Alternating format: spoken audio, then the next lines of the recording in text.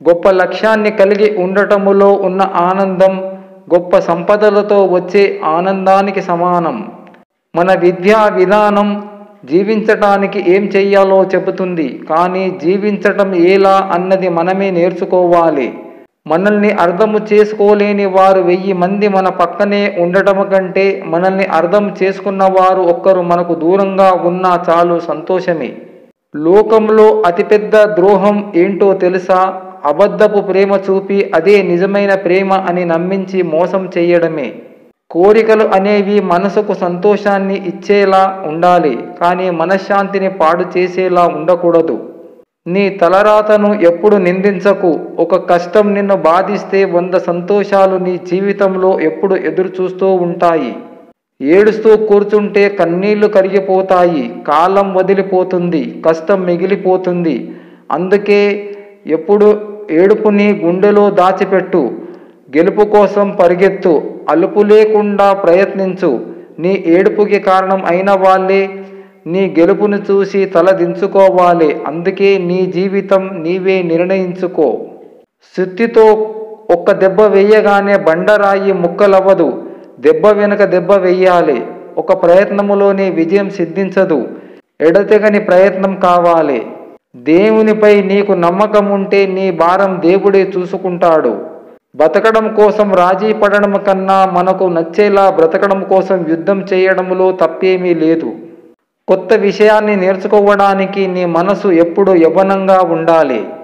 జీవితమే శాశ్వతం కానప్పుడు మధ్యలో పరిచయమైన ఈ బంధాలు ఎలా శాశ్వతంగా ఉంటాయి మనతో? జీవితం ఒక అనుకోని ప్రయాణం. అందుకే ఎవరి వద్ద నుండి ఏమీ ఆశించకు. మిత్రుడు తోడుంటే ఓటమి కూడా ఓదార్పునిస్తుంది. ఎవరు లేకుంటే విజయం కూడా వెక్కిరిస్తుంది. ఎవరిని బాధ పెట్టకూడదు, కష్టపెట్టకూడదు. అనుకున్న మనిషి అందరి వల్ల కష్టపడుతూ బాధపడుతూ ఉన్నారన్నది నిజం. ఈ లోకంలో 2 చాలా కష్టమైన పనులు ఉన్నాయి. ఒకటి పేరు పొందడంలో, ఇంకొకటి దాన్ని నిలబెట్టుకోవడం. ఒక్కోసారి మనకు ఏం జరిగినా మంచిదే అని ఊరుకోవాలి, ఎందుకంటే ఎవరు ఎలాంటి వారు అనేది తెలిసిపోతుంది. అప్పుడు మన జాగ్రత్తలో మనం ఉంటాం. ఏకాంతాన్ని ఇష్టపడు, అది నీ ఒంటరితనాన్ని దూరం చేస్తుంది. కాలంతో స్నేహం చెయ్యి, ప్రతిక్షణం తోడుగా ఉంటుంది.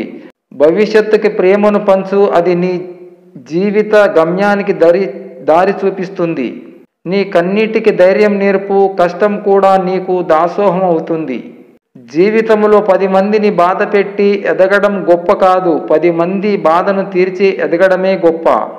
గుడిలోకి వెళ్ళగానే మనుషులంతా ఒక్కటే అని రాసి ఉంటుంది. ఇంకొంచెం ముందుకు వెళితే అక్కడ శీఘ్ర దర్శనం, ప్రత్యేక దర్శనం, సర్వదర్శనం అని రాసి అక్కడ మన స్థాయికి తగిన ధరలు పెట్టి ఉంటారు.